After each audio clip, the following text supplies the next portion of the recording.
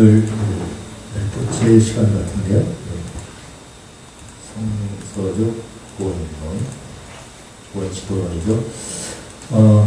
그리고 지금까지 구원에 대한 지도를 위해서 여러 모양으로 살펴봤습니다. 그래서 이제 결론을 줘야 될 것 같은데, 그래서 우리의 이 구원이라는 것은 성경 전체적인 가장 중요한 맥락을 이루고 있고, 구원은 죄로부터의 구원이라는 것을 우리가 알았습니다.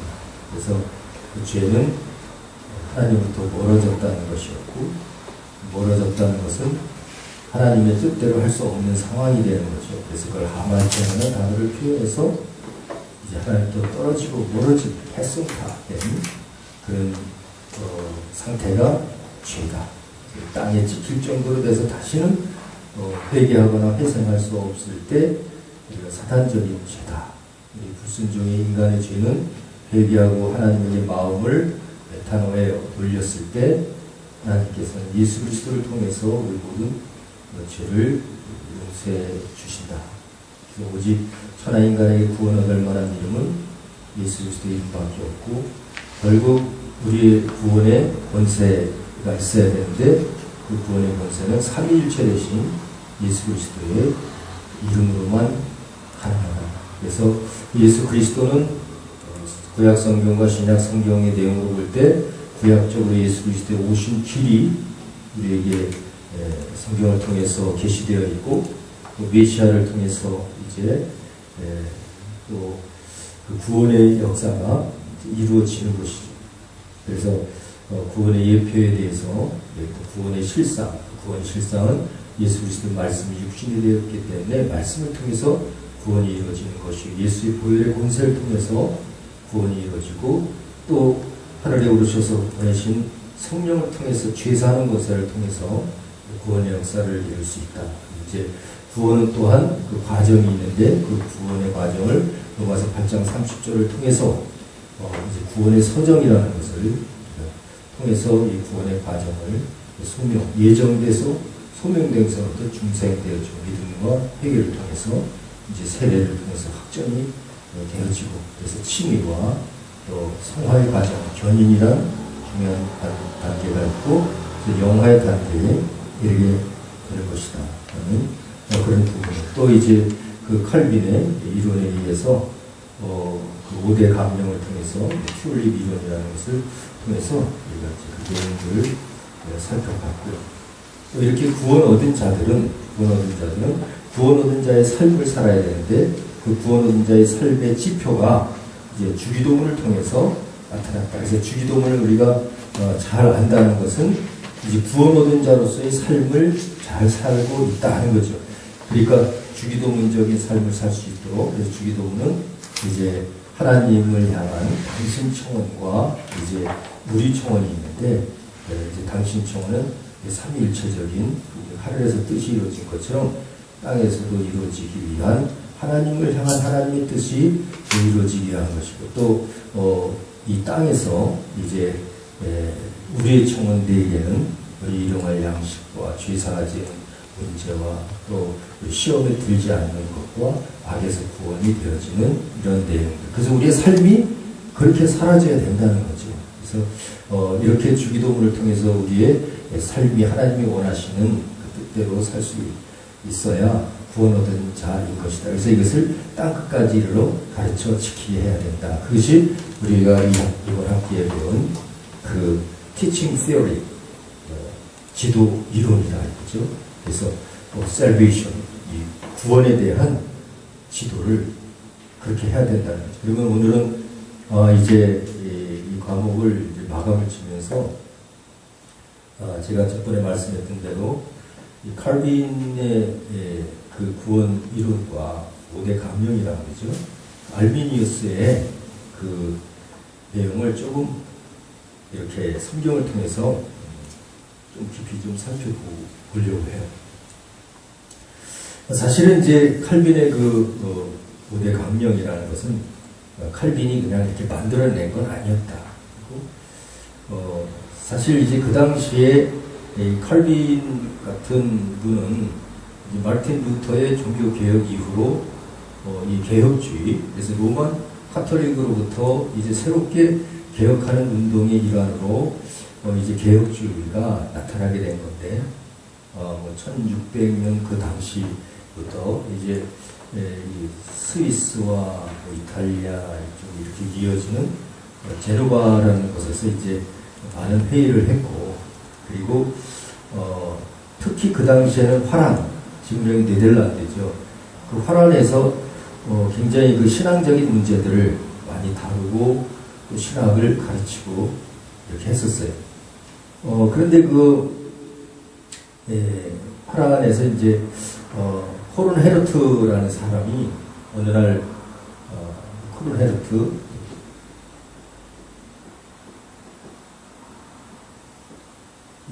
호른 헤르트라는 사람이 그 칼빈의 이론에 있어서 이 절대 주권, 하나님만이 이 절대 주권을 가지고 있다. 그리고 하나님이 예정한 대로 다 이루는 것이지 인간의 의지와는 전혀 관계가 없다라는 부분에 대해서 이 호른 헤르트라는 자가 이제 이 칼빈이 죽고 나서 뭐든지 그 이론에 대한 반항이나 또 이론을 더 높이 평가하는 것은 그걸 주장하는 그런 분이 돌아가셔야 소천한 후에 그런 일들이 일어나더라고요. 그러니까 이제 칼빈이 죽고 나서 이 호른 헤르트라는 자가 이분이 절대 주권, 하나님에 대한 절대적 예정에 대해서 좀 이렇게 반박하는 듯한 그런 내용. 하나님이 절대 주권이면 그러면 인간은 로봇이냐 하는 그런 식으로 이것을 이제 반박적인 그런 얘기가 돌기 시작했어요. 근데 이 칼빈의 아주 귀중한 제자가 있는데 이 베짜라는 거예요. 베짜. 이 베짜는 이 칼빈의 아주 수제자예요. 수제자. 이 베짜가 이 호른 헤르트에 대해서 우리 스승의 이론을 갖다가 이렇게 망설을 하면 되느냐 이렇게 해가지고 이제 그 화란에 있는 그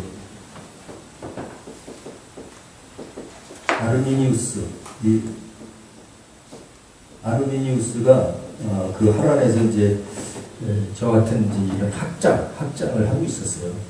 그래서 이 아르미니우스를 찾아가서 이 베짜는 이제 아르미니우스가 그래도 같은 개혁 정신을 가지고 있기 때문에 찾아가서 호른 헤르트의 이 발언에 대해서 어떻게 생각하냐, 이걸 좀 우리가 다시 재정립해야 되겠다. 우리 제자 중에 이런 사람이 나왔는데, 그런데 이 아르미니우스가 이 호른 헤르트의 그 글을 이렇게 읽어보고 오히려 그것을 저지해 주는 게 아니라 감동을 받은 거야. 오히려 감동을 받았어. 와, 이게 진짜 이제야 드디어 맞는 얘기를 했다고. 그러니까 이제 결국 베짜하고 아르미니우스는 이제 결국 사이가 안 좋아지는 거지. 이론이 틀리니까.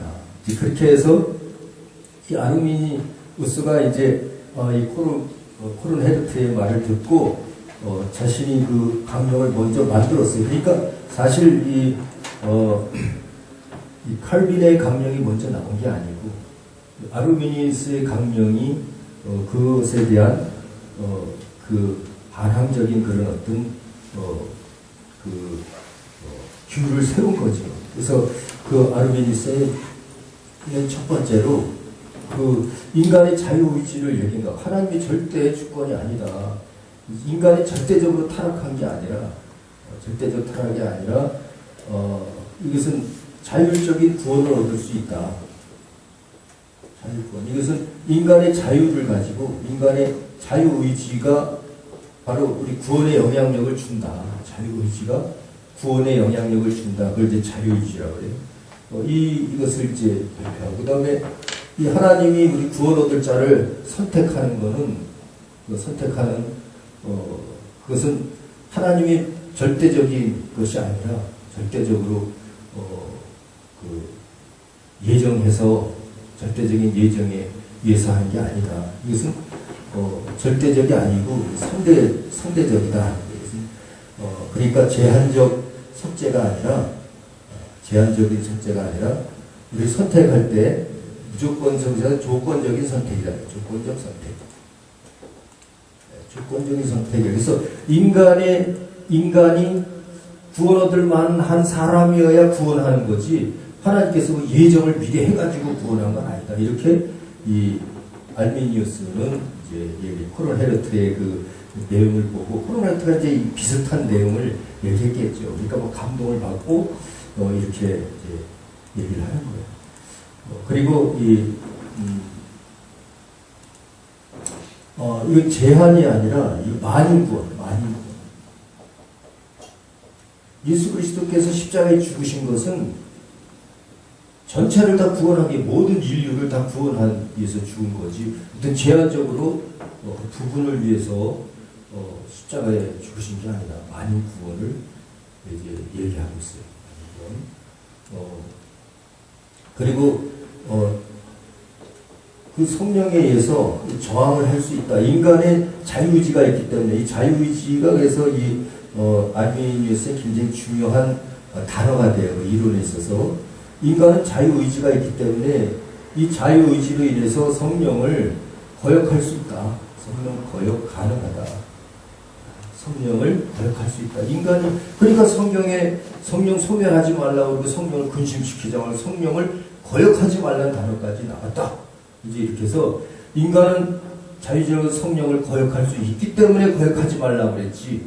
이제 이렇게 이제 얘기를 하는 거죠. 이게 이제 전부 인간적인 거예요, 인간적인.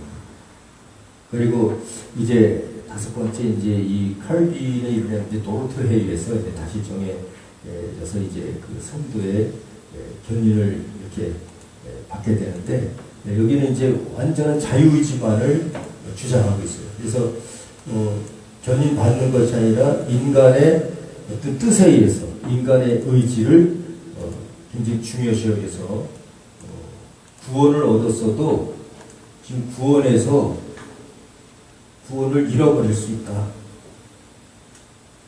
그러니까 구원했다가 다시, 그렇죠, 이제 구원이 소멸될 수 있다는 거죠. 한번 구원 얻은 영원한 구원이 아니라 계속 또 타락해서 구원해서 또 다시 타락할 수 있다. 이렇게 그래서 구원 얻은 줄 알았지만 나중에는 구원 못 얻는다는 거죠. 이제 이렇게 인간이 된다. 그래서 이 다섯 가지 이론을 이제 가지고 물론 이제 칼빈의 제자들이 얼마나 막 분노가 일어났겠어요. 그래서 이걸 가지고 이제 그래서 이 도르토의 1618년인가 1618년도에서 이 도르토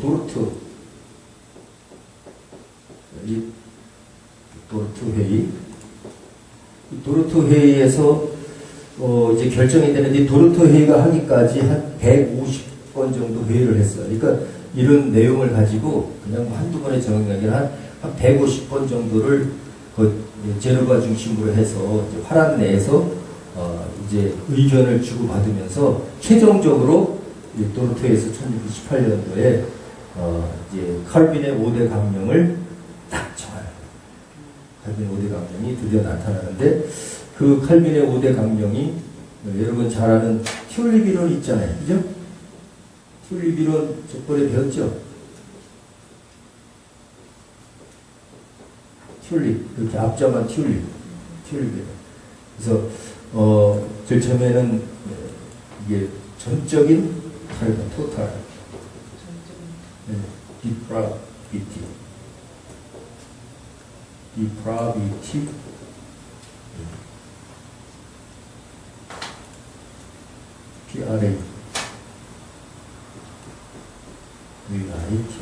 그래서 total depravity, 이건 전적 타락입니다. 전적 타락.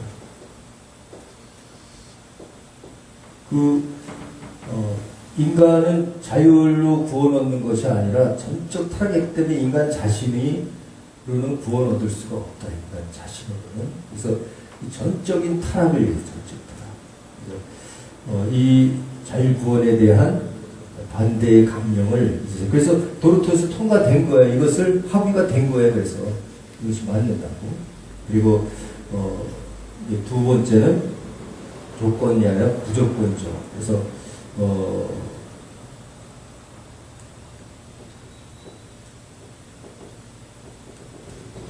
unconditional 선택, election. 그래서 unconditional election. 그래서 무조건적인 선택. 하나님께서 인간 구원 얻은 자를 선택할 때 예정해서 무조건적으로 하나님이 선택한 거지 인간이 원했다고 해서 되는 것이고 원하지 않아서 구원 못 얻는 것은 아니다. 인간이 원하든 안 하든 하나님이 무조건적으로 선택했다. 이제 이 내용들을 조금 우리가 또 살펴볼 겁니다. 그래서 요거는 무조건적 선택. 무조건적 선택이다. 액션. 그 다음에 이제 리미티드.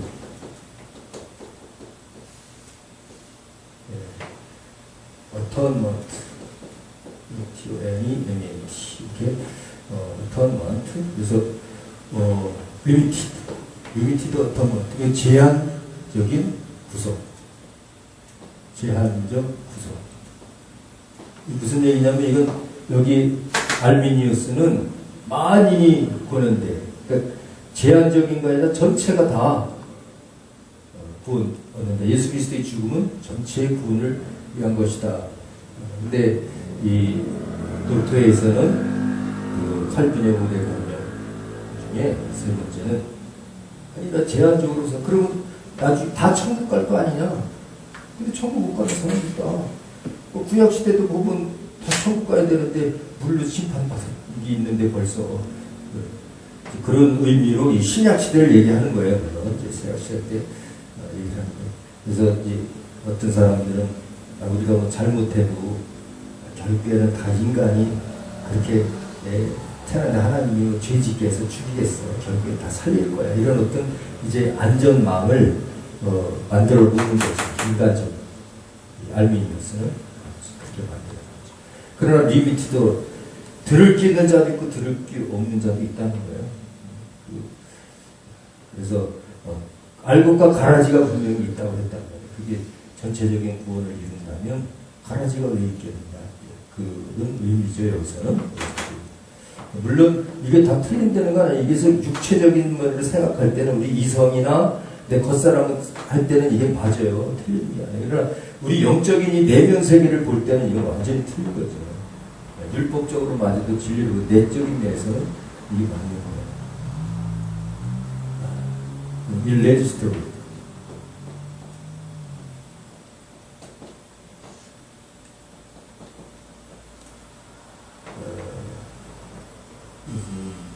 불가항력적인 grace, GRAC. 그래서 불가항력적 그렇죠.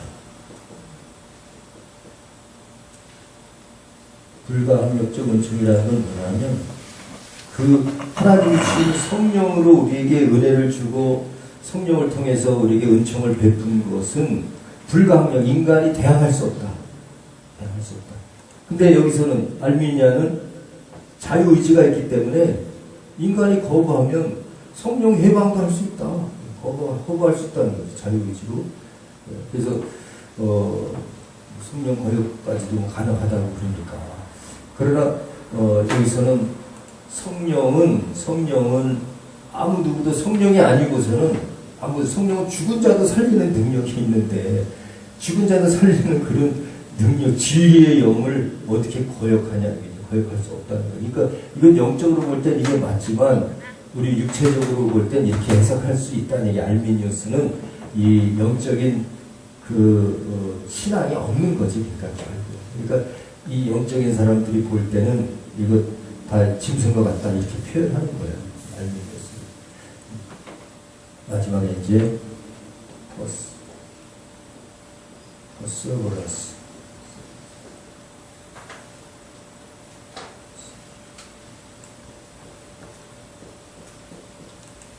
perseverance of the saint. 그래서 saints, 성도의 견인이라고 성도의 견인. 성도의 견인. 그리고 이제 하나님의 성령으로 인침받고 구원받은 자는 인내하는 능력까지 있고 하나님은 그 인내를 통해서 그 구원의 온전한 구원에까지 다 끌고 간다는 거예요. 성도의 견인. 그래서 한 번 구원 얻은 자는 영원히 구원받은 거다.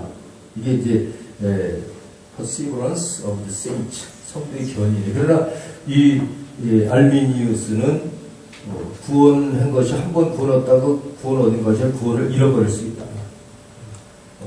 근데 구원 얻었다고 그러지만 타락하면은 그러니까 디모데서 4장 1절 같은 경우에도 보면 성령께서 밝게 말씀하시기를 너희가 믿음에서 떠나서 이 미혹과 귀신의 영의 가르침을 받는 이는 양심이 화를 가진다. 그래서 그 성령 해방까지도 하고 이렇게 되면 성령 해방자는 금세번에 내세도 죄 살 길이 없다고 그랬는데 죄 용서 못 받는데 어떻게 구원 얻은 거냐. 그러니까 또 그 진리를 하나님의 나라를 마시나 보고 타락한 자가 있다 막 이런 성경 구절이 있거든요. 마시나 보고 타락했다고 맛보고 타락했다고 하는데 어떻게 한 번 구원이 영원한 구원이냐. 이것은 이제 외적인 육체적으로 볼 때 인간의 속성이 죄성이 있으니까 이렇게 물론 되겠죠. 그러나 내적인 면을 볼 때는 내적으로는 내가 아니라 내 속에 주님이 들어오는 거예요. 그러니까 이 주님의 절대적 주권에 의해서 내가 사는 거라고요. 구원도 내가 구원 얻는 게 아니라 내 속에 그리스도가 계시기 때문에 그 그리스도의 구원의 권세가 내 속에 살아있는 거지 내가 사는 게 아니라고요. 사랑도 내가 하나님을 사랑해 하나님이 우리를 사랑했던 거죠. 이제 칼빈의 이론에서는 이제 이런 이론들이 나타나는 데서 칼빈이 이걸 처음부터 이렇게 이 조항을 만든 거 아니었고 이렇게 그 화란에 있는 알미니우스라는 그 학장이 이제 코롤 헤르트에 대한 그 내용을 보고 자기가 이게 맞다. 왜냐면 칼빈 제자가 그렇게 얘기를 하니까 이건 뭐 당연히 이렇게 주장해야 되구나. 근데 이 백자와 같은 이는 아니다. 그래서 그거를 계속적으로 이제 운동을 한 거죠. 결국에 도르토 회의라는 그 신앙 회의에 와서 이 5대 강령, 칼빈의 5대 강령을 이렇게 정하는 거예요. 자, 그러면 이 5대 강령을 그 내용을 우리가 성경적으로 이번 시간에는 한번 찾아보려고 해요. 그 의미가 무엇인지. 그래서 여러분 이제 책자를 보면 여기 아마 부록에 들어가 있을 거예요. 부록. 그래서 부록 쪽에 제가 넣는다고 그랬죠. 몇 페이지를 보시냐면요.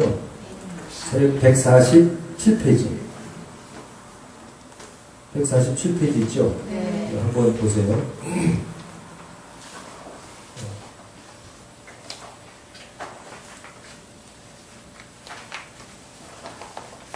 자, 147페이지 전적 문음 혹은 전적 부패 있죠? 네, 밑에. 예, 1번. 네. 그걸 한번 읽어보겠습니다. 한 소리로 다시 읽게 시작.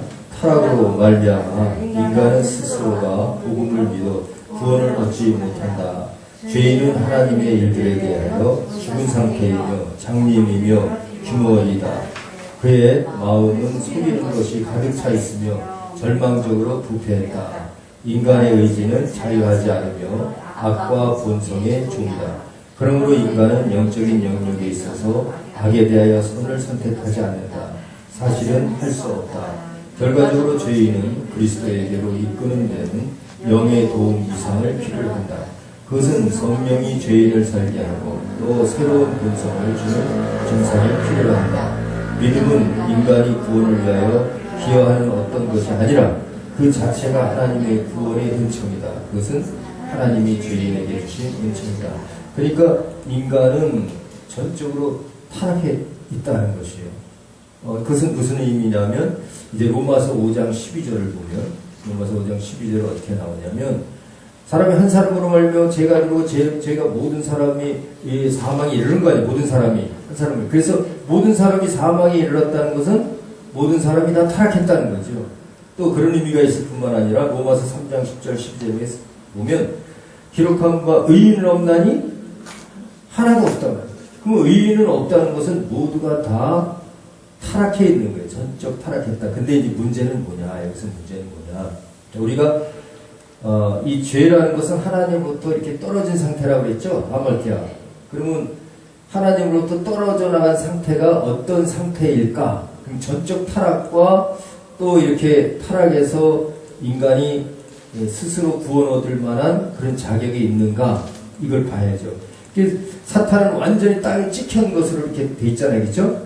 그러니까 인간은 찍히지 않았지만 그럼에도 불구하고 인간은 완전한 타락이라는 것을 얘기하고 있는데, 자, 알미니아누스, 그 알미니안주의자들은 그것을 어떻게 얘기하냐면, 이것은 전적으로 인간이 죽은 것이 아니라, 예를 들어서 어디 옥상에서 떨어져서 거의 실신 상태가 돼서 죽어간다.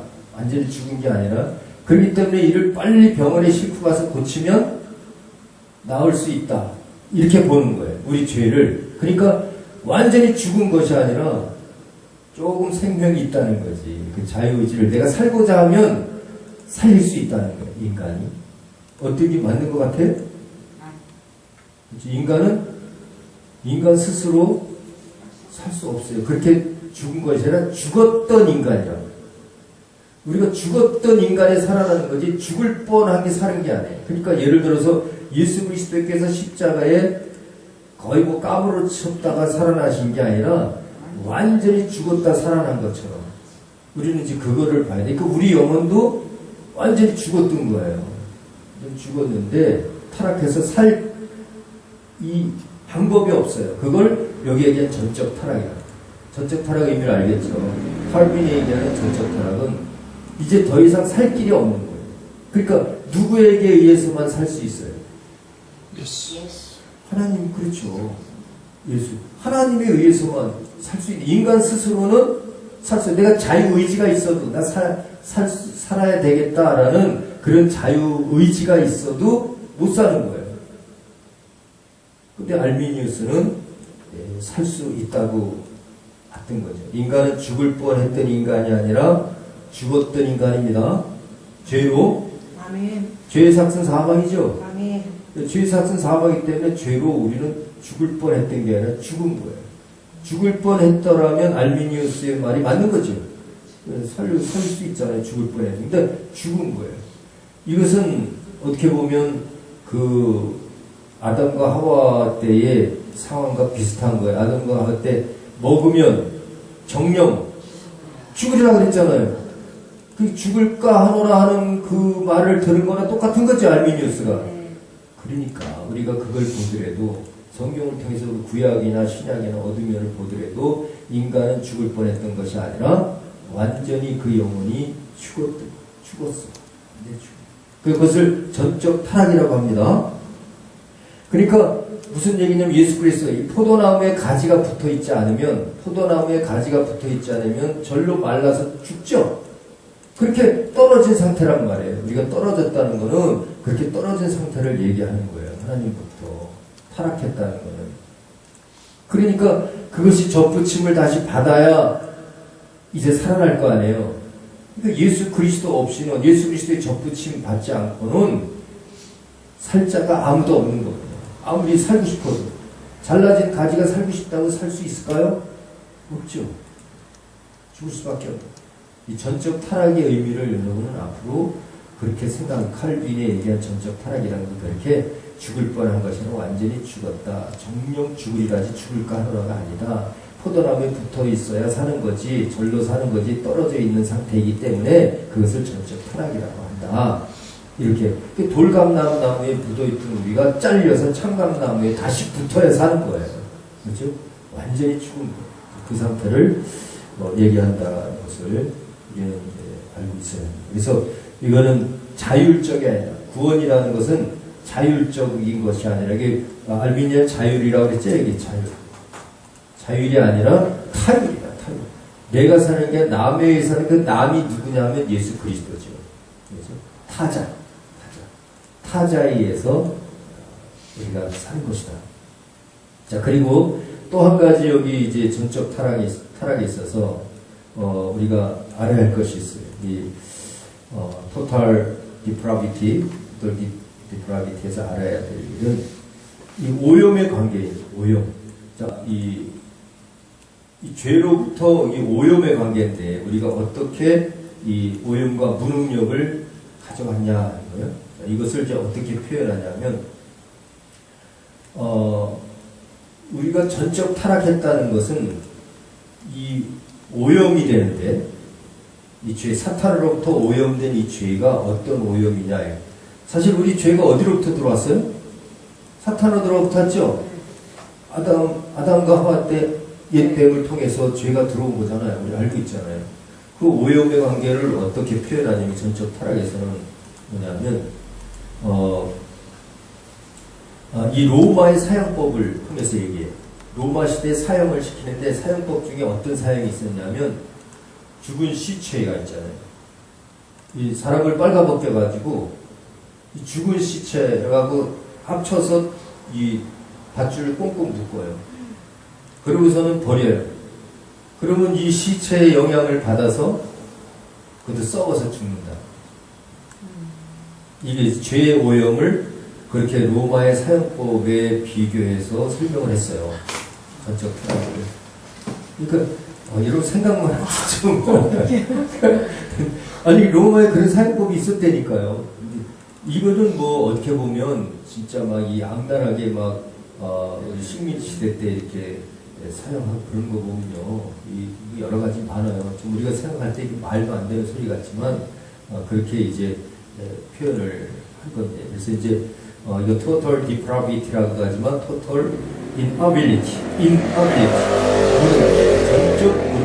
그래서 인간은 내가 다시 살아날 힘이 전혀 없다는 거예요. 그렇게 시체와 묶여서 꽁꽁 묶인 것 같은 그런 상태에서 살아날 수 있을까요? 없다는 거죠. 우리 영혼이, 이거 영혼을 이렇게 비유해서 한 얘기입니다. 우리 영혼이 그렇게 살 수 없다는 거예요. 이미 사탄에게 먹히면 전적으로 타락한다는 거예요. 그건 무슨 얘기냐면 성경에 이런 말씀도 있어요.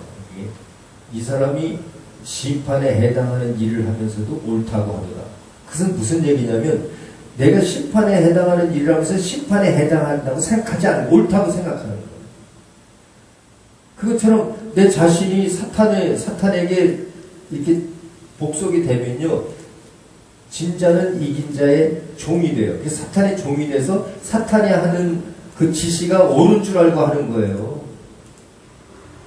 그게 전적 타락이거든요.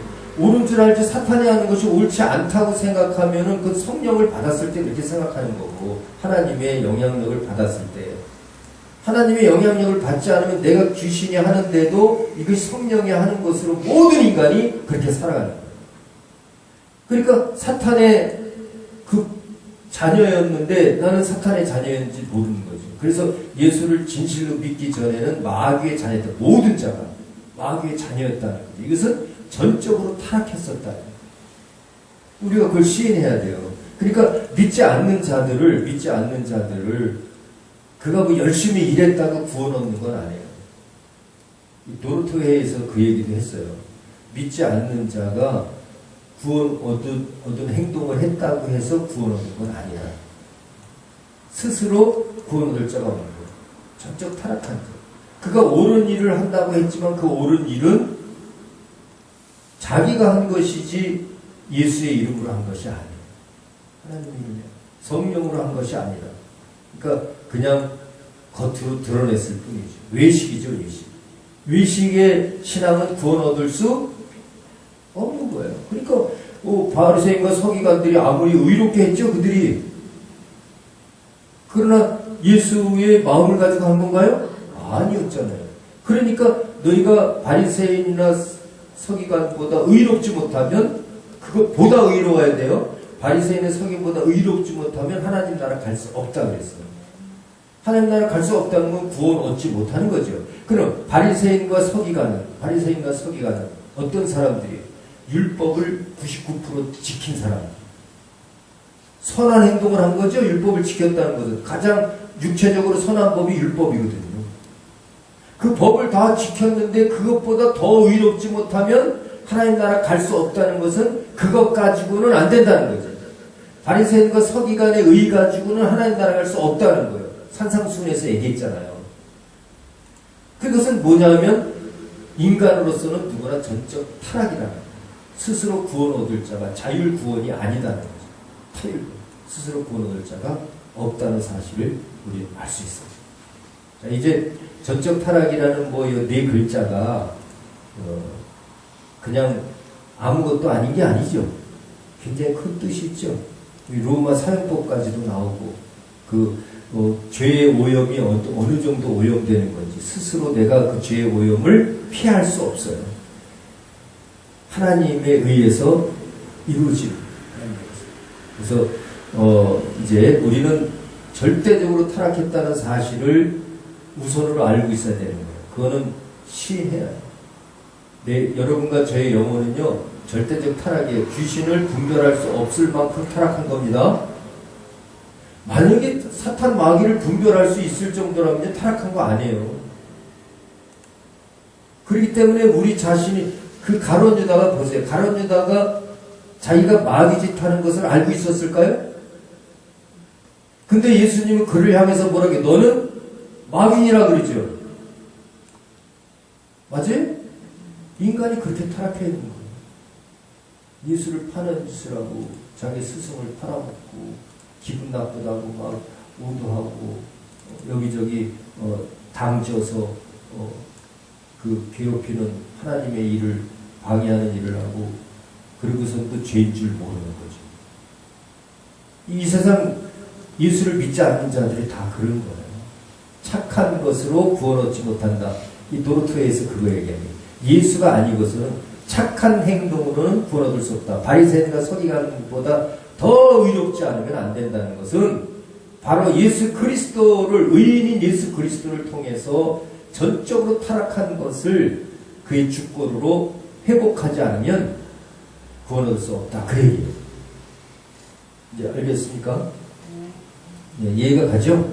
네. 자, 그 다음에 두 번째는 이제 unconditional election, 무조건적 선택인데, 무조건적 선택. 이것은 무조건적 선택에 대해서 어떻게 생각해? 하나님이 나는 구원 얻을 수 있는 사람이야. 나는 구원 얻을 수 있어. 그렇다고 우리를 이렇게 예정해서 선택한 것은 아니라는 얘기예요. 이미 하나님께서 예전에 그렇죠. 예정하신 거예요. 창세 전에. 그것은 어떤 식으로 말씀드렸었나요? 우리가 리트머스 종이 얘기를 했어요. 리트머스 종이. 리트머스 종이는 이 산성에는 빨개지잖아요. 빨갛게 변하고 알칼리성에서는 파랗게 변하잖아요. 그러면 우리 인간이 그 리트머스 종이의 역할을 한다. 우리는 하나님의 사람들이에요. 하나님의 일을 하려고 사명을 감당하려고 이 땅에 태어난 거예요. 아담을 지은 것은 모든 것이 다 목적이 있는데 이 땅에 존재하는 목적이 있어요. 목적 없는 물질은 없어요. 땅에 떨어진 돌 하나라도.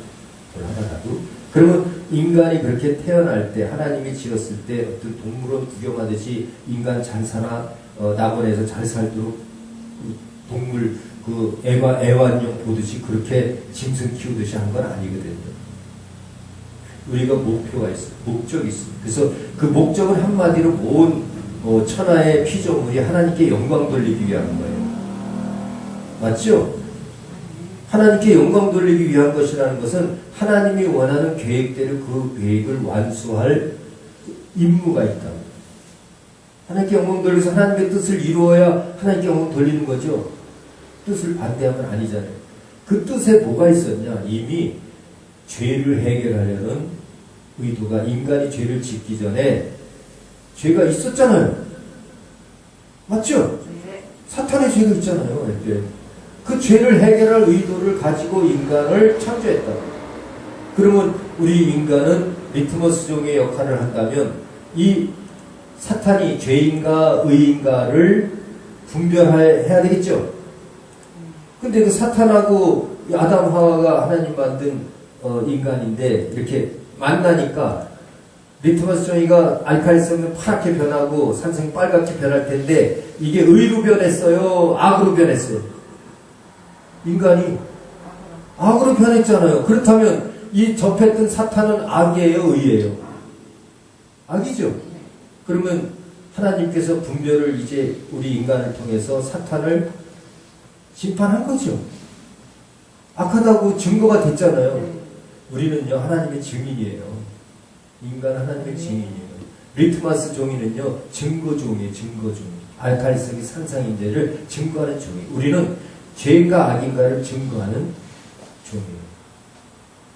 그 증거를 하나님은 이미 아시고, 우리가 뭐 선악과를, 사람도 그래. 아유, 그러면 그 선악과를 왜 만드셨어요? 만들지 않고 그냥 있으면은 죄를 안 졌을 텐데, 그게 아니라 선과 악을 알게 한다면 하나님의 선과 악을 해결하려는 의지가 있으셨던 거예요. 선과 악을 해결하는 의지가 있으니까 선악과를 동산 중앙에 놨지. 그게 아무 관련 없으면 동산 중앙에 놨다는 것은 가장 중요한 핵심이에요. 하나님께서 이루고자 하는 뭔가 핵심이 그 안에 있는 거예요. 선과 악을 구별하는 것이죠. 산성이냐 알칼리성이냐를 구분하기 위한 거라. 리트마스 종이 따져. 근데 우리 인간을 하나님의 영이 우리 인간 안으로 들어오신 거죠. 우리 인간은 하나님의 사람이에요. 우리 하나님의 사람. 이 껍데기 말고 육체는 흙으로 지은 것이 없어질 거고 우리 안에 하나님이 들어오는 거예요. 그 하나님이 심판을 하는 거예요. 이렇게 분별을 하는 거예요. 그래서 인간은 진단의 역할을 한다고 했어요. 죄를 진단하는 역할. 첫 아담. 둘째 아담은 죄를 해결하는 역할. 뭔지 알죠? 아니, 병을 진단했으면 치료해야 되잖아요. 해결해야 되잖아요. 그 해결을 하나님이 이 사탄의 죄를 우리를 진단을 하시고 예수 그리스도를 심판해버린 거예요. 무슨 얘기인지 알죠? 그러니까 이러한 내용을 볼 때 우리는 이 두 번째 이제 조건적이 아니라 하나님이 무조건적으로 선택한다니까요. 우리 썼으니까. 리트머스 종인데, 아니, 토기를 만들어서 주인이 이 토기가 하나님의 뜻에 안 맞으면 아무리 예뻐도 깨버리죠. 토기장이가. 그러면 왜 나를 깨버리냐고 그럴 수 없잖아요. 왜 하나님의 의도가 중요한 거예요. 우리는 이 흙으로 된 건 아무것도 아니고 내 속에 누가 있고 하나님이 계시거든요. 그러니까 하나님의 마음대로 우리를 할 수 있는 거예요. 그것이 하나님은 의로 행하겠어요? 악으로 하겠어요? 의로 행하니까 하나님이 무조건적인 선택이라니까 우리가 인간적인 이 죄성으로 볼 때는 우리 인격을 무시하나? 이러잖아요. 무조건적으로 막 선택하니까 이거 불공평하다 그러잖아요. 불공평한 게 아니라 그게 여러분의 그 의도가 하나님의 뜻과 일치돼야 되는 거예요. 토기장인은 토기를 마음대로 할 수 있다니까요. 그러니까 예를 들어서 이렇게 포도원에 일을 하러 오는데 어때는 아침 9시에 와요. 어때는 뭐 10시에도 오고 11시에도 오고 또 점심 식사 후에도 3시에도 오고 5시에도 와서 일을 했단 말이에요. 근데 그들에게 다 똑같이 합의 품삯을 줬어요. 그러면 그 하나님의 뜻인데 이게 하나님이 잘못한 건가요? 아니죠. 덜 줄 사람 더 많이 준 거는 얘기할 필요가 없잖아요. 그리고 받을 건 다 받았잖아요. 아침 9시에 왔든 5시 끝날 때쯤 왔든. 그럼 아침 9시에 온 사람은 왜 나는 일찍 와서 일을 이렇게 많이 했는데 똑같이 주냐 그렇게 할 수 없는 거잖아요. 왜? 하나님의 주권이니까. 그리고 하나님은 사랑을 베푸시는 이지 화를 주질 않아요. 그렇기 때문에 우리는 무조건적인 선택으로 보는 거예요. 그게 옳은 거예요. 하나님 무조건 선택. 인간이 만약에 선택한다면 이렇게 하면 안 되겠죠. 조건적으로 선택해야 되겠죠. 네, 인간은. 그러니까 이 알미니우스의 이론은 인간적이라는 거예요. 무슨 얘기인지 알죠? 인간적인. 이 칼빈의 이론은 신본주, 영적이고. 예, 하나님 주신 영적. 그러니까 결국에 어떻게든 이것은 겉사람에 대한 것이고 이건 속사람에 대한 것이고. 바울의 겉사람과 속사람의 이론에 의한다면 속사람이 되니까 이 속사람의 것은 속사람으로 받아야 되고 겉사람은 겉사람으로 받아야지 속사람과 겉사람을 구분하지 않고 이걸 받으려니까 서로 싸우는 거예요. 속사람으로서는 이게 맞고요. 겉사람으로서는 이게 맞아요. 겉사람은 당연히. 그렇죠? 그러나 우리 신앙은 겉사람으로 하는 게 아니잖아요. 그 신앙적으로 볼 때는 이 칼빈의 이론을 따르는 게 맞는 거죠. 우리는 이제 무조건 선택됐다는 것을 이제 알겠죠. 무조건 선택됐어요. 우리는 리트마스 종의 역할을 한 거예요. 리트마스 종이에 대한 요 설명은 이건 제가 한 거예요. 이 어느 학자가 한 게 아니에요. 어느 학자도 이 얘기를 안 했어요. 제가. 왜? 성경 근데 조금 부족한 것 같아요. 이렇게 설명. 그래서 그것을 완전히 깨달을 수 있도록 이렇게 우리가 연구를 해본 거죠. 그래서 이 선택이라는 이 자체는 인간의 판단대로 선택되는 게 아니라 하나님의 법칙대로 선택되어진다. 라는 것은 이제 받아들이죠. 네, 그렇게 돼요. 자, 그럼 이제 이 무조건적이라는 의미는 뭔가? 이 무조건이라는 것은 인간의 공로에 의해서 이루어지는 것이 아니라 하나님의 뜻에 합해야 됩니다. 그러니까 하나님이 우리를 창조했을 때 그 뜻이 있잖아요. 그 뜻대로 하는 게 맞지 우리 피조물의 뜻대로 하는 게 맞는 게 아니잖아요. 그렇죠? 그러니까 선택은 창조주, 우리를 창조한 자의 선택대로 하는 거예요. 그가 이래라 할 수 있고 저래라 할 수 있고. 그러니까 진짜 믿음이 있는 사람은 그래요. 그 백부장도 그랬고 마리아도 그랬고 말씀대로 대사이다 그러지 내가 그걸 따지지 않아요. 그렇죠? 백부장도 말씀만 하시옵소서 이렇게 해야죠. 이게 그리고 무조건 선택을 하라는 거죠. 주님께서. 이게 진짜 믿음이에요. 내적인 믿음.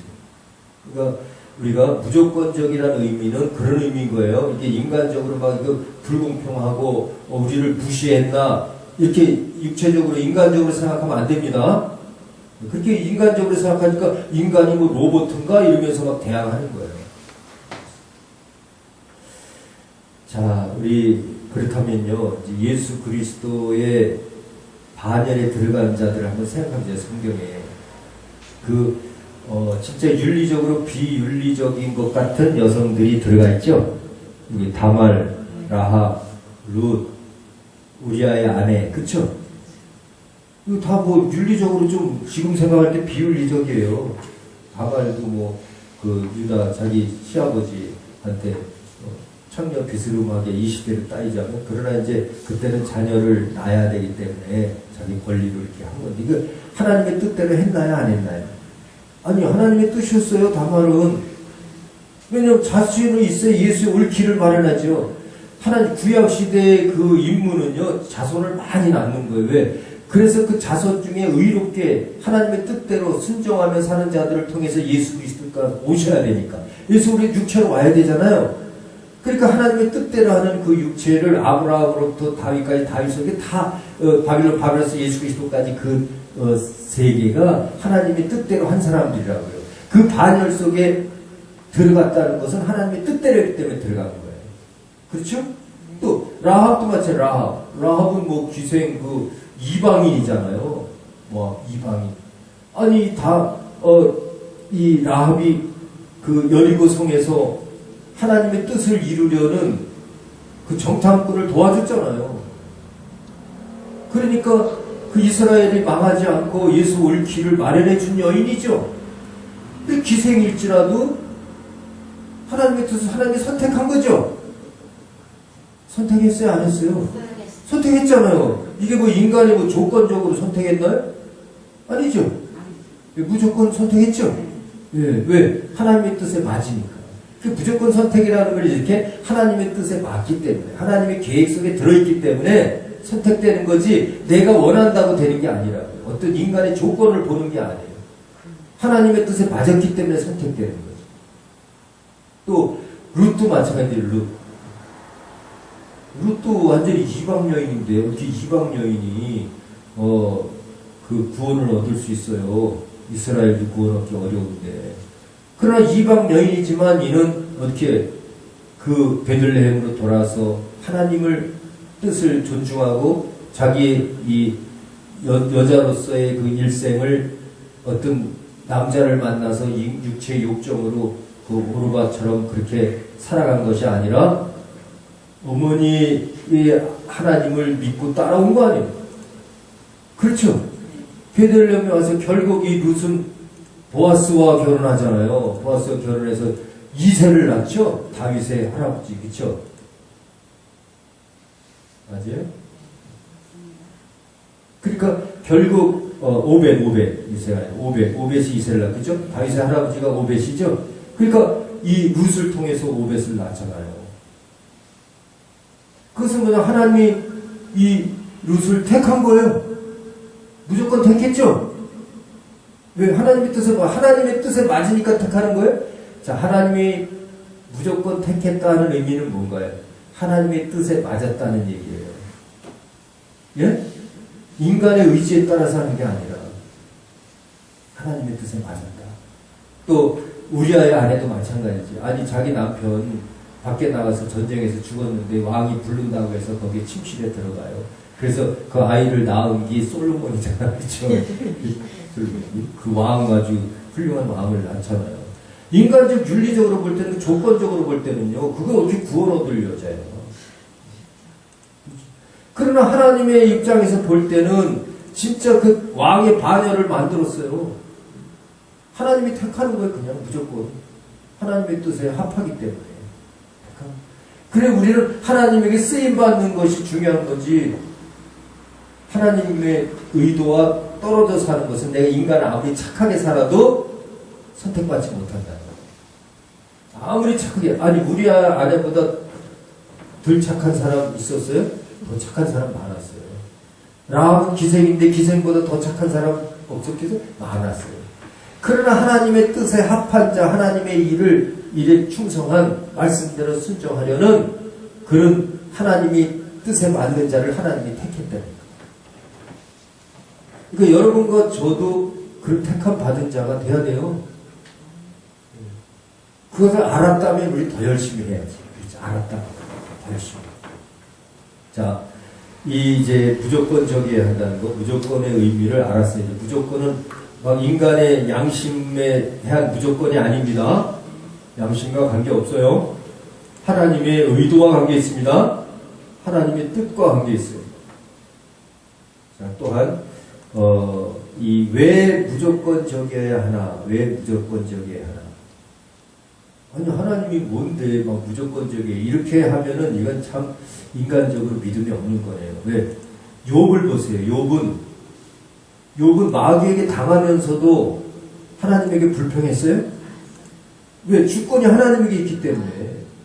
그러니까 취하시는 이도 하나님이시오, 버리시는 이도 하나님이신데, 아니 취하는 것도 하나님, 버리시는 건데 내가 병든 것도 하나님이 뜻이고 내가 낫는 것도 하나님의 뜻이다.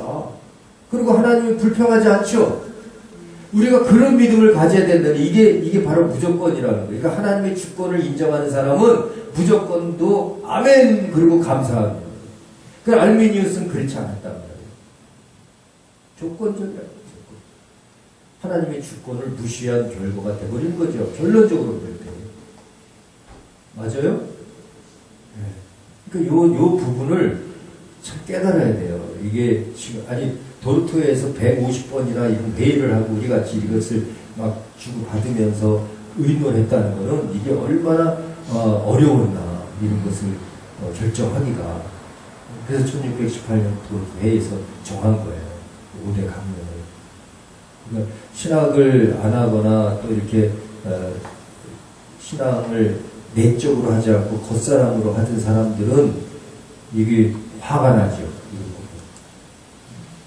인간을 로봇으로 만드는 말이고 하나님의 주권을 무시하게 되는 거예요.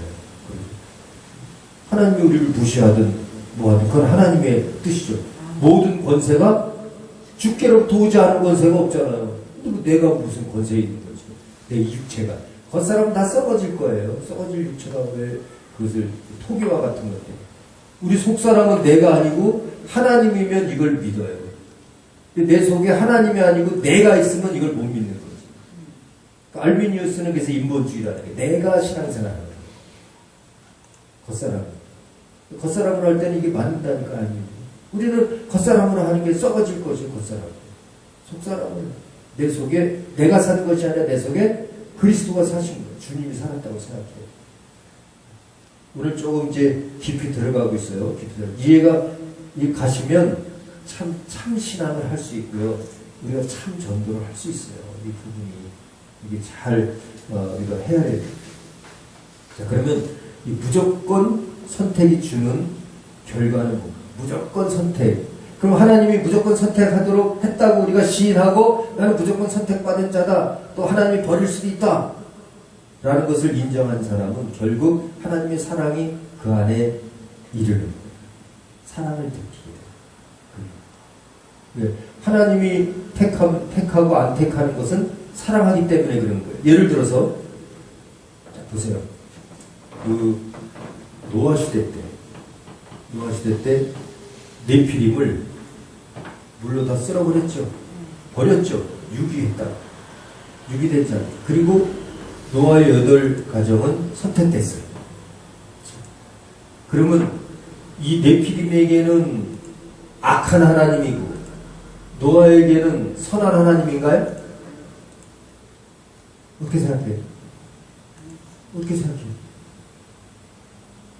생각해요? 되게 중요한 거예요. 이게 결과예요. 무조건 선택한 결과예요. 선한 거예요. 네피림을 쓸어버린 것은 선한 거예요.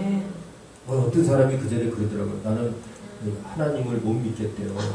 기독교 왜 못 믿겠냐니까 노아 시대 때 사람을 만들어 놓고 그렇게 막 화를 내가지고 쓸어버리고 물리다가 쓸어버린 하나님 안 믿겠대요.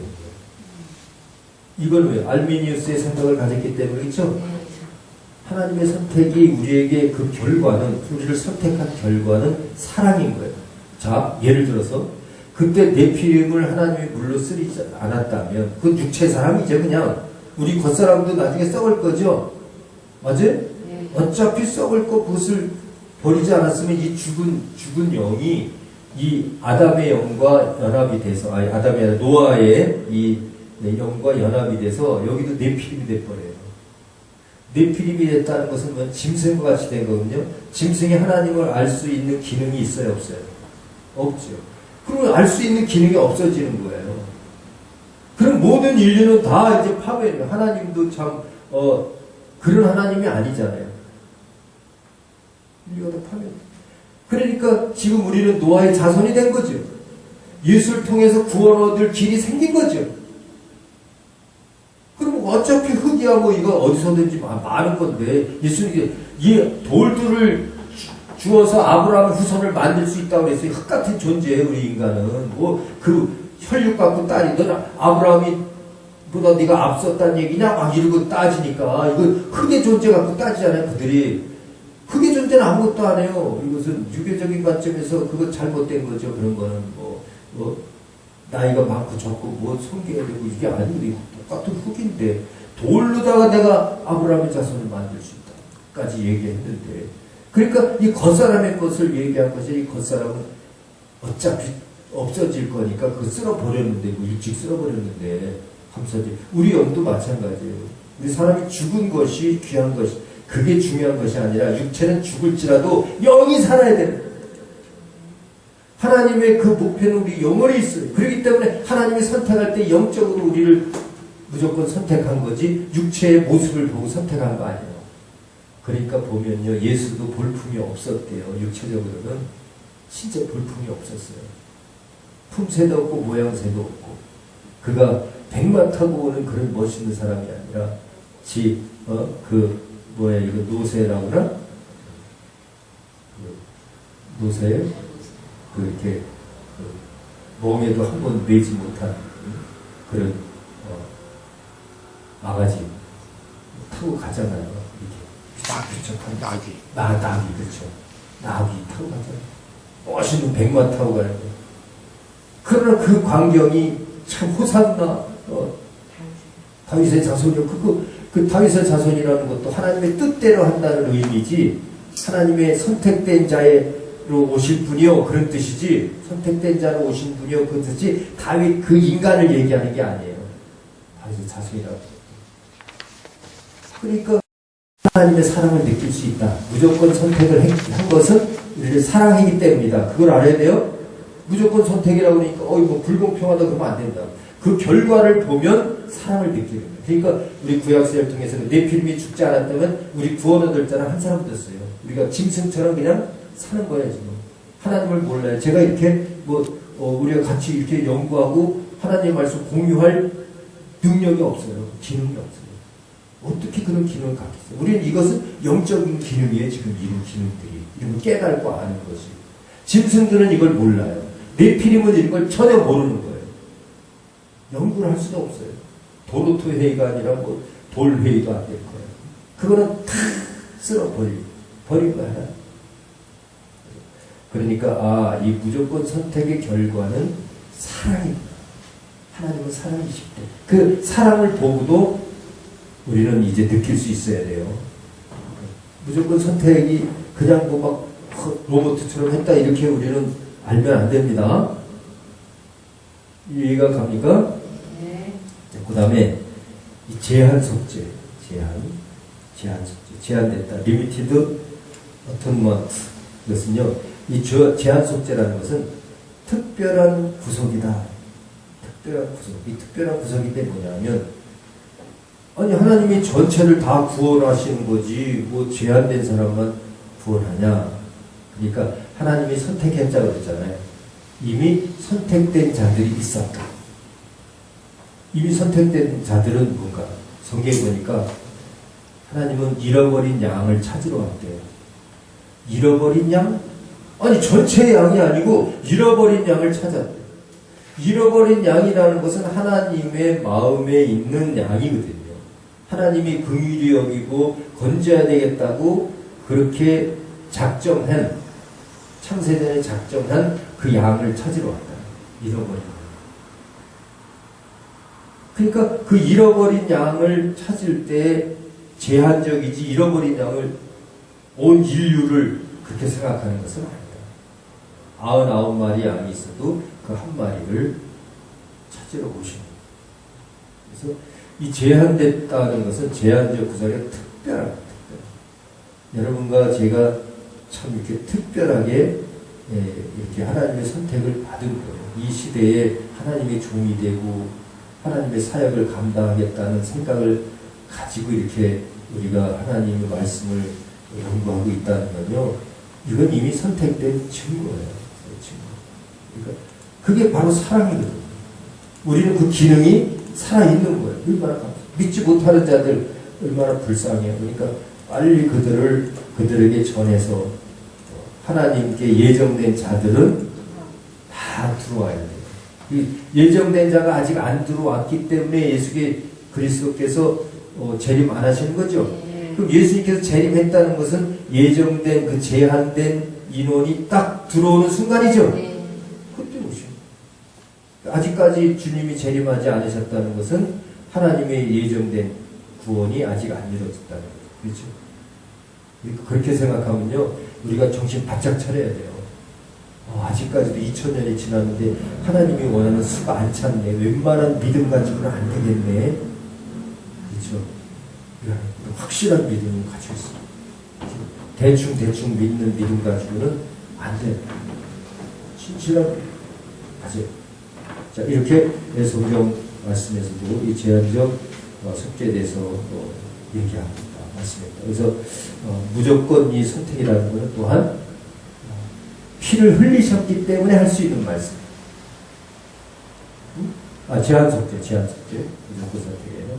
제한적인 속죄라는 것은요, 피 흘린 사람의 마음이에요. 피 흘리지 않은 사람이 그렇게 피 흘리지 않았으면은 그렇죠. 이 제한적 아닌 구원이 되겠죠. 그렇죠? 그냥 어차피 또 다 죄인이니까 다 구원은 되니까 예수께서 피 흘리셨기 때문에 구할 수도 있고 구하지 않을 수 있는 권리가 인간에게 있는 게 아니라 주님에게 있잖아요. 그러니까 주님께서 그 피에 해당하는 이 피를 받을 만한 자를 하나님께서 구원하신다. 예수께서 피 흘린 것을 받을 만한 자.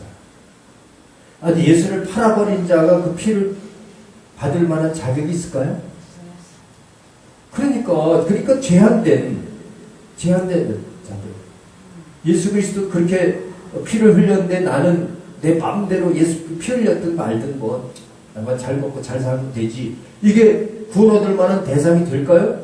아니잖아요. 그게 제한된 거예요. 하나님의 말씀을 들으면서 내가 세상에 어떤 고난을 겪어가면서라도 자기 십자가를 지고 그렇게 할 수 있는 능력이 있는 사람들이 특별히 구원받을까요? 그렇게 하죠. 근데 내 사는 것은 사고 주님을 믿겠다. 이렇게 사는 성격을 가진 그런 사람들이 구원 얻을까요? 그런까지 다 구원 얻으면 뭐 믿음이라는 거 필요 없고 예수께 십자가에 죽으실 필요도 없어요. 그냥 다 살려주지. 맞죠? 네. 그러니까 우리가 이 리미티드 어톤먼트, 이 제한적 구속이라는 건 특별한 구속이다. 하나님의 피 흘림의 공로를 받을 만한 자다. 이거. 그러니까 은혜로 살지 않는 것은, 그래서 신앙은 은혜해야 돼요. 은혜로 하지 않고 내 의로 행하는 자는 그거는 이제 구원 못 얻는 거예요. 은혜로 해야 됩니다. 주님의 은혜로. 이게 바로 5대 강령 중에 한 제한적 속죄예요. 이게 죄사함을 받는다. 이게. 하나님의 은혜로 죄사함 받는 거지 내 의로 죄사함 받지 못해요.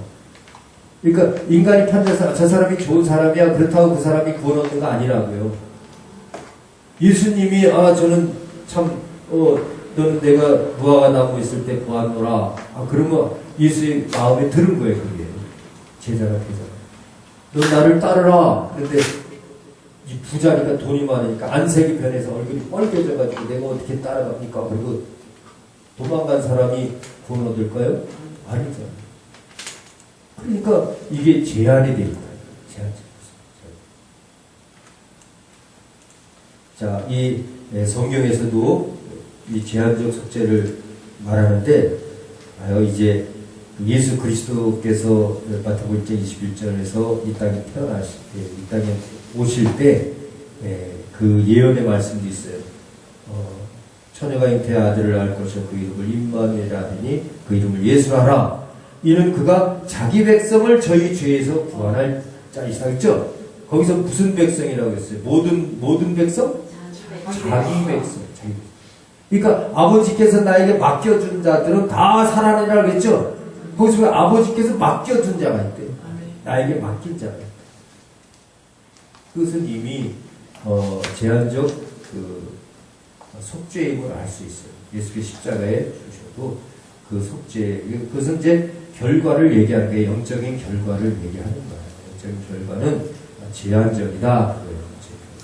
물론 예수께서 죽으셨을 때 죄를 위해서 죽었다면, 자 그러면요, 만약에 제한적 속죄가 아니고 제한적 속죄가 만인 구원이라고 생각한다면 예수 그리스도 죄를 위해서 피 흘렸으면 모든 죄가 다 없어지는 거죠. 그렇죠? 그렇다면 마귀의 죄도 없어졌나? 여기서 중요한 것이 키포인트 말씀합니다.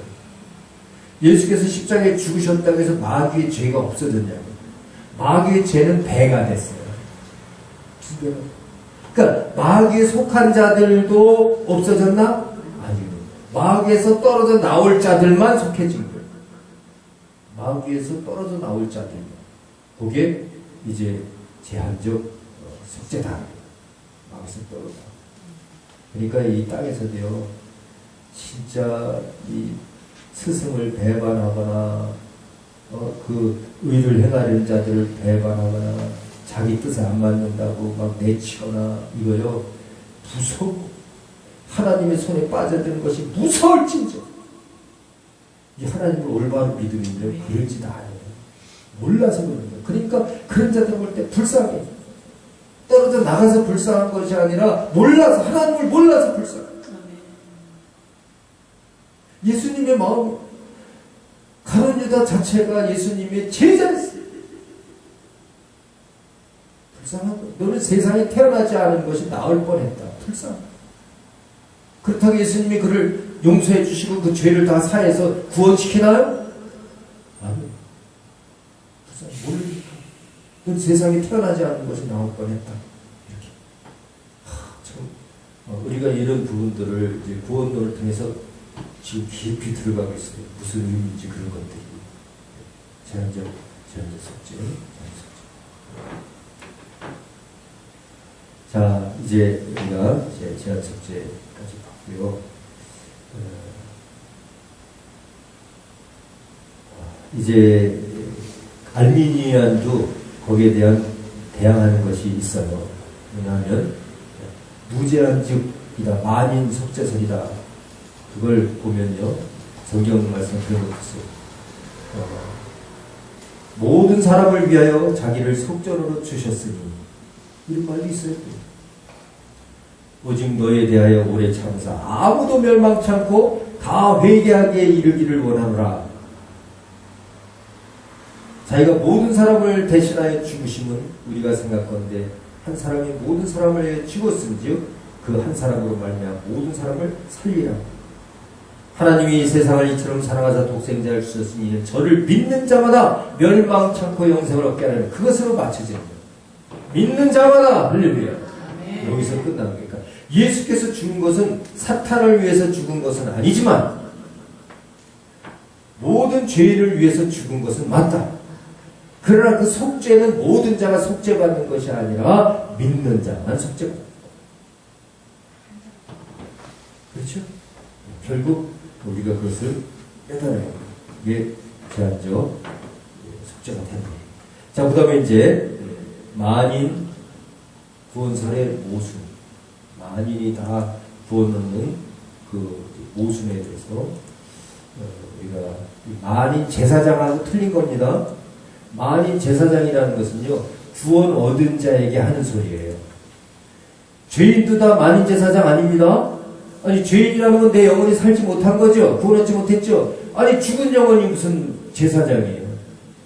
만인 제사장이라는 것도 구원 얻은 자들을 통해 얘기하는 거라는 걸 알아야 돼요. 그러니까 만인 구원서를 또 만인 제사장과 관련시키면 안 되는 거예요. 다른 뜻입니다. 만인 구원설과. 그러니까 만인 그 제한적으로 구원 얻었지만 그 제한적으로 구원 얻은 자들이 다 만인의 제사장이다. 그것을 알고 있어야 돼요. 그래서 예수 그리스도에 속한 자들을 제사장이라고 그러지, 제사장은 죄를 해결할 수 있는 자를 제사장이라는 거죠. 근데 아직 죄도 용서 못 받은 사람이 어떻게 죄를 해결해요? 제사장이 되겠어요? 아니지. 그러니까 구원 얻은 자들에게 하는 소리예요. 만인 제사장. 그래서 우리는 구원 얻었다면 여러분과 저는 만인 제사장입니다. 네, 그 얘기죠. 자, 네 번째, 이제 불가항력적 은총. 그래서 irresistible grace. 은총에 대해서 불가항력이다. 이것은 이제 어떤 아까 세 번째는 제한적 속죄는 예수 그리스도의 피의 권세에 의해서 제한됐다. 그 피의 권세, 죄를 사하는 권세가 제한적이다. 믿는 자들에게만 해당된다라는 것이라면, 네 번째 불가항력적 은총이라는 것은 반항할 수 없는데 무엇에 이제 성령, 예수 그리스도 십자가에 오르시고 성령이 우리에게 임했자에게 성령이 행하시는 것을 우리가 반항할 수 없다. 그 성령의 은혜를 우리가 방해할 수 없다. 자, 그러면 이제 이 알미니우스로 얘기하면 겉사람으로 볼 때는 만약에 있어요, 이게. 자, 이게. 아니, 성령을 해방하지 말라. 성령 해방은 죄사함 못 받는다고 그랬잖아요. 그러니까 진짜 해방할 수 있네. 근데 이 칼빈은 불가항력이라고 그랬단 말이에요. 자, 그건 무슨 의미냐면, 성령 자체는요, 창조의 능력이 있고요. 죽은 자를 살리는 능력이 있어요. 감히 피조물이 창조주의 영의 능력을 제한할 수 있어요? 그런 면에서 얘기하는 건 내적인 면이죠. 내적인 면을 얘기한 것이고, 이것은 육체적으로는 해방할 수 있어도 영적으로는 절대 해방할 수 없습니다.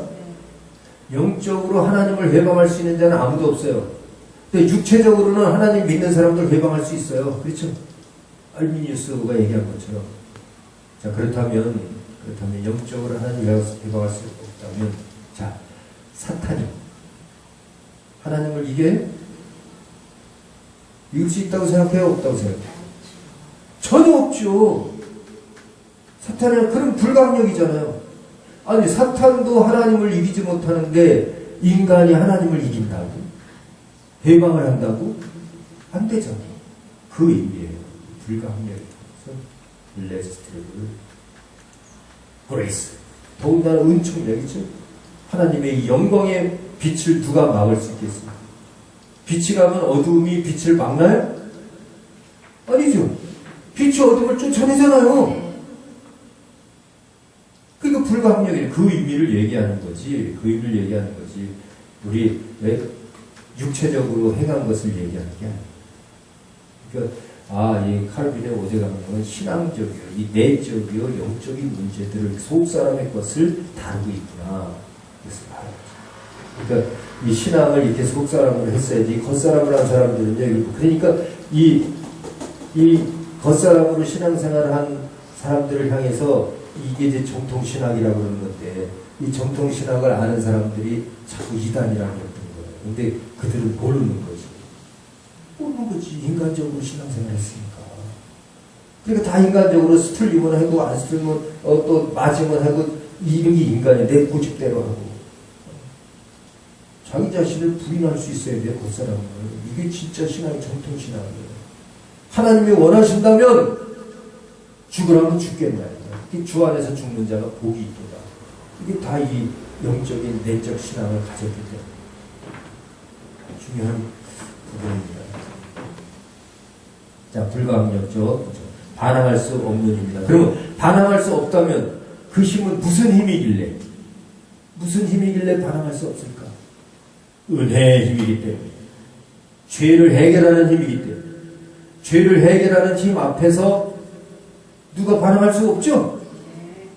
아니, 죄를 없애주는데, 반항하는 게 죄잖아요. 그 반항하는 죄 자체를 없애주는데, 빛이 어둠을 물리친다는 건 바로 그런 의미. 그러니까 여러분이요, 사탄을 얼마든지 물리칠 수 있는 거예요. 이 믿음을 가지면, 은혜를 가지면. 예수의 십자가의 공로를 무시하지 마세요.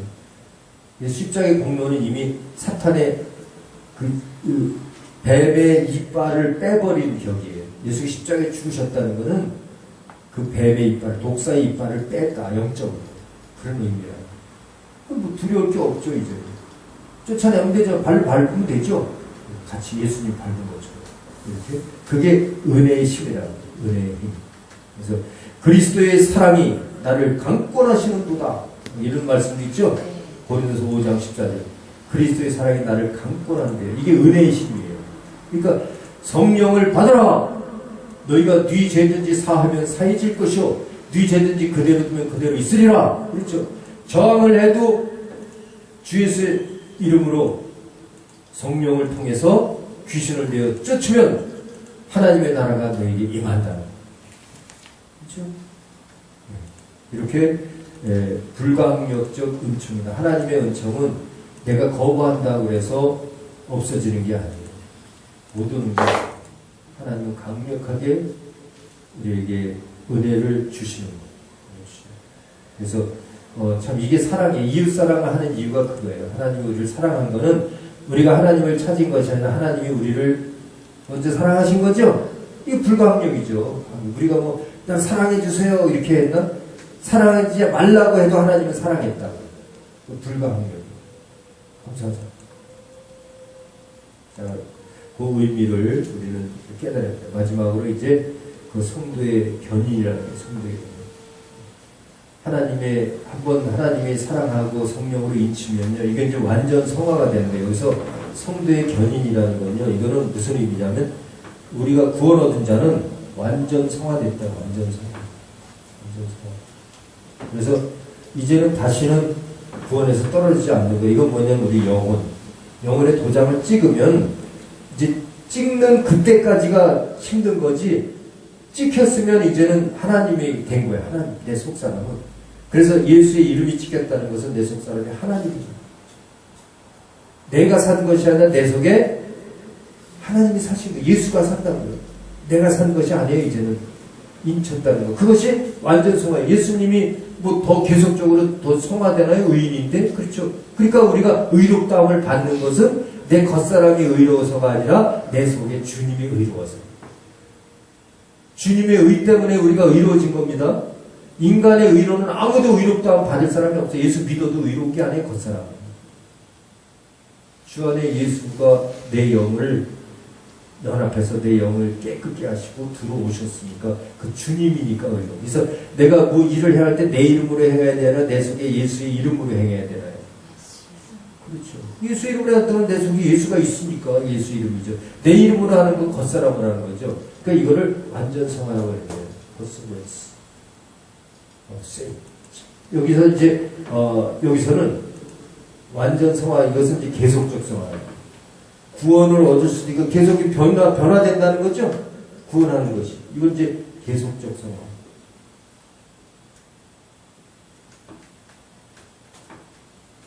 계속적 성화라는 것은 이 육체를 얘기하는 거예요. 겉사람. 이제 알미니아는 다 겉사람을 얘기하고 있어요. 그러니까 이 구원 얻었다가도 타락할 수 있습니다. 육체가 귀신의 가르침을 받으면 성령까지 받으는데 성령께서 이렇게 말씀하시기를 어떤 이가 믿음에서 떠나. 이 믿음은 우리 내적인 믿음을 얘기해요. 여기서 서서히 떠나. 믿는데 내 육체가 그것을 따르질 않아. 싫어져. 그러면서 미혹의 영과 귀신의 가르침을 받아요. 그것만 없어도 그냥 유지가 되는데 미혹의 영과 귀신이 자꾸 돈과 명예와 권력과 세상의 정욕으로 우리를 빨아들인다. 그러니까 서서히 떨어진다. 이건 이제 계속적 타락이에요. 구원을 얻었어도 계속적 타락할 수 있다. 겉사람은 계속 타락할 수 있다. 그것처럼 또 겉사람이 계속 성화될 수도 있어요. 그렇죠? 계속 성화될 수. 그러나 우리 속사람은 계속 성화되고 타락하고 그런 게 아니라 타락하는 게 아니라 완전히 이제는 성화된 거예요. 속사람. 내 마음은 예수의 마음이 됐어요. 그래서 하나님과 하나 돼 있는 거예요. 그냥. 그래서 견인되는 거죠. 우리는 하나님의 사랑에서 끊을 수 없는 겁니다. 이제 그 고백을 하게 돼요. 완전 성화인 사람은 속이 완전 성화인 사람은 그 얘기를 하는 거예요. 우리는 어떤 환난이나 공고나 핍박이나 위험이나 적시나 칼일지라도 하나님의 사랑에서 끊을 수 없느니라. 완전 성화. 끊어지지 않는 건 이제 타락하지 않는다는 거예요. 그 의미를 얘기합니다. 이것이 이제 성도의 견인이다. 우리는 성령을 통해서 끝까지 이제 영원한 구원을 얻은 거예요. 그러니까 이 구원은 하나님 나라까지 가는 겁니다. 간다는 것을 알고. 자, 이렇게 해서 이제 오늘은 특별히 이 알비니우스의 이론과 칼빈의 이론을 이렇게 이제 비교해 봤어요. 비교해 보고, 여러분 이제 어디를 보냐면 결론을 제가 아까 말씀드리긴 했는데, 자, 우리 책의 제일 처음에 결론 9페이지니까 한번 봅시다. 사실 이 구원론에 있어서 이 칼빈의 이론을 이렇게 성경적으로 깨달기가 참 쉽지 않아요. 이게 신학대학에서도 굉장히 이것을 이제 토론을 많이 하고 서로가 이렇게 갱론을 벌여요. 이게 옳다, 저게 옳다. 그리고 굉장히 떠들썩하게 수업이 진행되는 부분이 이 부분인데, 성경을 통해서 이제 정립이 됐기 때문에 그런 부분을 우리가 잘 이렇게 넘길 수가 있었어요. 하고, 자, 이제 141페이지 보면 마지막 이제 결론이 있는데요. 우리 한 달락씩 우리 저기 한현미 사모님 한번 읽어주시겠어요? 한 10줄 정도. 지금까지 우리는 구원에 관한 성경적 내용들을 연구함으로써 영혼 구원을 위한 지도를 구체적으로 살펴보았다. 먼저 구원은 죄에서의 구원을 의미하기 때문에 죄에 대한 어원적 의미와 그 기초 내용을 살펴보았다. 결국 죄는 의와 진리와 생명이 되신 삼위일체이신 하나님으로부터 멀어진 혹은 벗어난 것을 의미하며, 그 결과 죄의 형태는 하나님 말씀에 대한 사단의 반역죄와 하나님 말씀에 대한 인류의 불순종의 죄로 구분할 수 있다. 여기서 사단적인 죄란 하나님을 대적한 죄로서 어떤 형태로든 용서받을 수 없는 죄를 의미하며, 불순종의 죄는 육체를 지닌 정욕에 의한 미혹을 인하여 지은 죄이므로 육신을 가진 동안 하나님의 의를 기준으로 죄의 사실을 회개하면 용서받을 수 있는 죄를 의미한다. 그러나 이러한 모든 죄의 싹은 사망이기 때문에 누구나 죄를 사하는 권세가 없이는 아무도 생명에 이를 수 없는 것이다.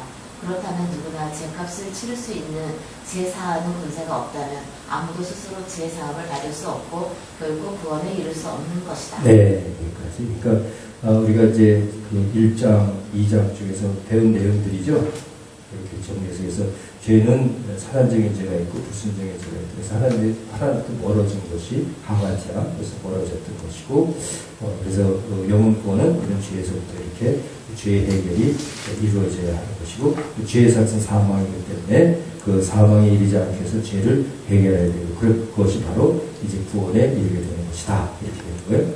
그 다음에 그 다음 단락,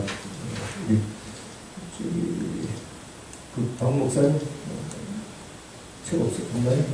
저기, 네. 성경에서는 제사하는 권세가 오직 삼위일체 되신 하나님의 이름인 예수의 이름에 있다.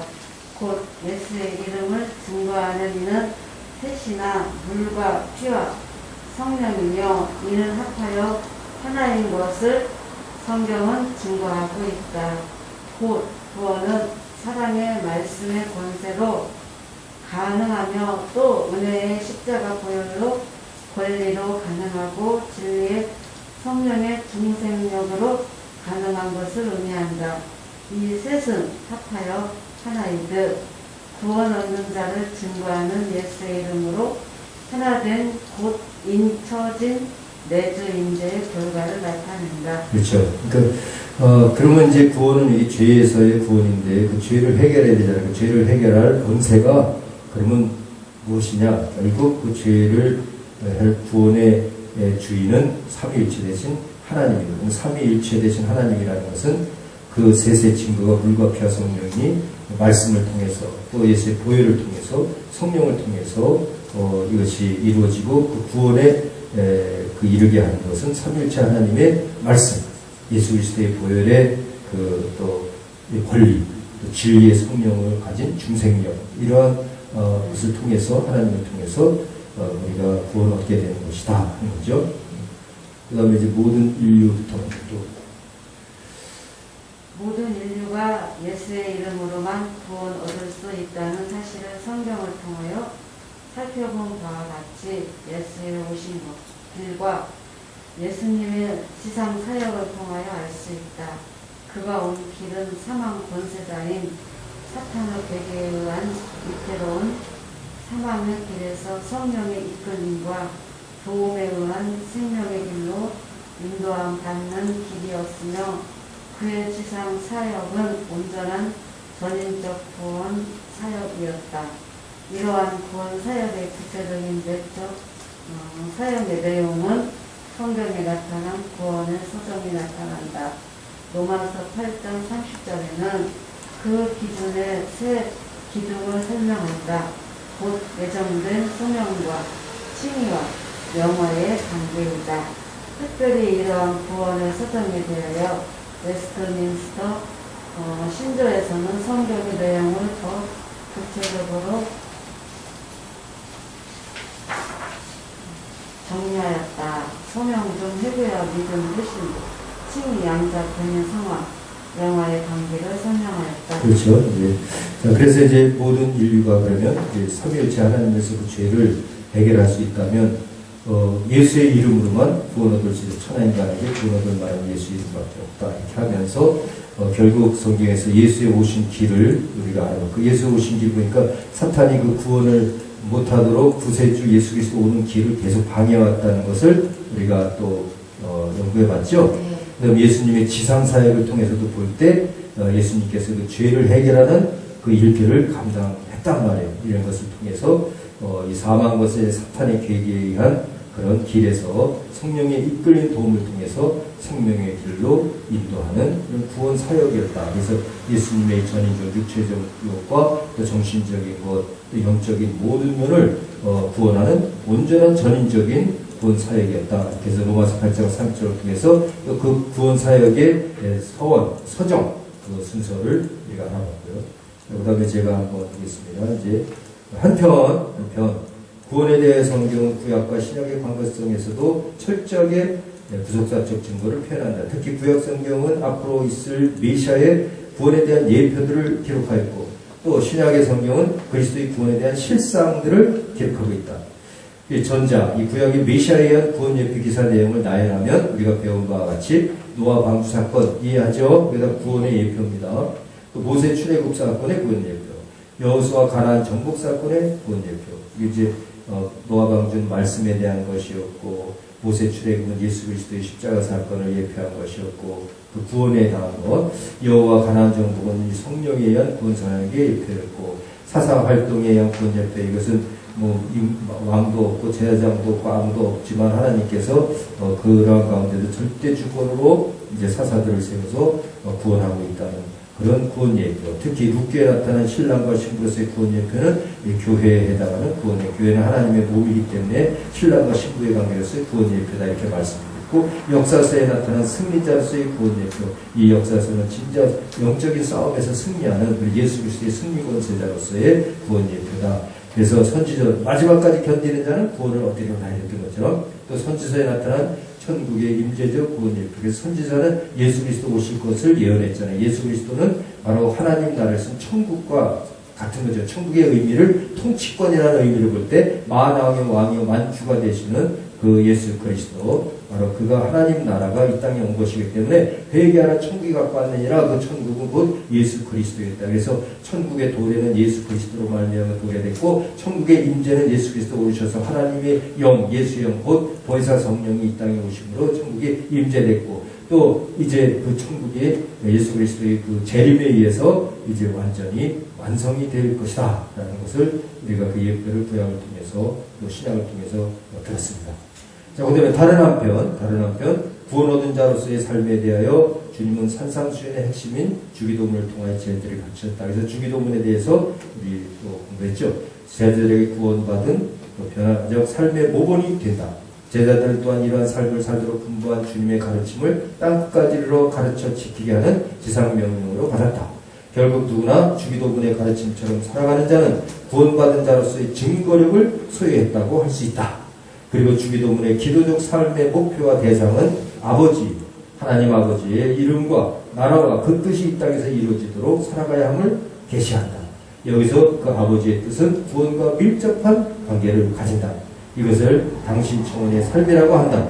그 외에는 구원된 생명을 유지하기 위하여 일용할 양식과 죄사함과 마귀로부터 유혹에 빠지지 않는 것과 또 악에서 구원받는 삶이 필요하고, 결국 악한 세상에서 구원 유지를 위한 삶이 이어져야 하는데 이것을 우리 청혼의 삶이라고 한다. 그래서 당신 청혼 3개, 우리 청혼 4개로 우리 나눠서 설명이 되어졌습니다. 그렇다면 우리는 이제 땅끝까지로 구원 지도자의 사명을 철저히 감당해야 한다. 그러나 사람의 힘과 능으로는 불가능하다. 힘과 능으로는 안 되지. 오직 하나님의 영으로만 되죠. 오직 삼위일체이신 하나님의 영, 곧 보혜사 성령을 의지하여야만 가능하다. 오직 보혜사 성령이 임해야 하나 하나님의 죄사하는 권세와 권능을 받고 하나님의 구원 증인이 될 수 있기 때문이다. 더 나아가서 우리는 주님께서 가르쳐주신 주기도문과 일치된 삶의 목표인 온전한 구원에 이르는 자로서의 증거적 삶을 보존해야 하고, 또 보존시키기 위한 전인적 지도자의 역할을 감당해야 한다. 성경에서 말하는 성경적 구원 지도는 유일한 구세주의 이름인 예수의 이름으로만 유효하다. 천하인간에게 구원 얻을 만한 다른 이름을 주신 적이 없다. 그러므로 구원을 지도하는 모든 자들은 반드시 예수의 이름으로 오신 보혜사 성령을 받아서 하나님의 마음과 일치된 예수의 마음을 품고 많은 자들을 예수의 제자로 삼아 넉넉한 구원에 이르도록 하나님 말씀을 전하며 최선을 다하여 하나님의 구원 의지를 이 땅에 이루어 나가야만 할 것이다. 할렐루야! 하나님께 영광의 박수 올립니다. 자, 이렇게 해서 우리 구원 지도론을 이제 10강으로 나가면 될 것 같습니다. 다음 시간에는 이제 몇 시간 안 남았는데, 이제 계시록을 조금밖에 못했어요. 그래서 그 부분들을 이제 보고하면서 이번 학기를 마치는 것으로 하겠습니다. 네, 기도하겠습니다. 하나님 아버지 감사합니다. 오늘도 주님의 은혜 아래 이제 또 성령 강림절을 맞이해서 우리가 예배를 통하여 하나님의 성령의 임재를 또 이렇게 느끼며 찬양하며 영광 드리고, 이 시간을 통하여 또 이제 성서적 구원 지도론을 이렇게 마감할 수 있도록 주님께서 인도하여 주시면 감사합니다. 우리 연구하고 또 느꼈던 구원에 대한 하나님의 계획과 작정, 그 경륜을 우리가 온전히 깨달아 주의 많은 영혼을 지도하고 또 살려서 구원의 능력을 나타내는 우리 모두가 될 수 있도록 도와주시고 함께하여 주옵소서. 감사드리며 주 예수 그리스도 이름으로 기도드렸사옵나이다. 아멘. 감사합니다.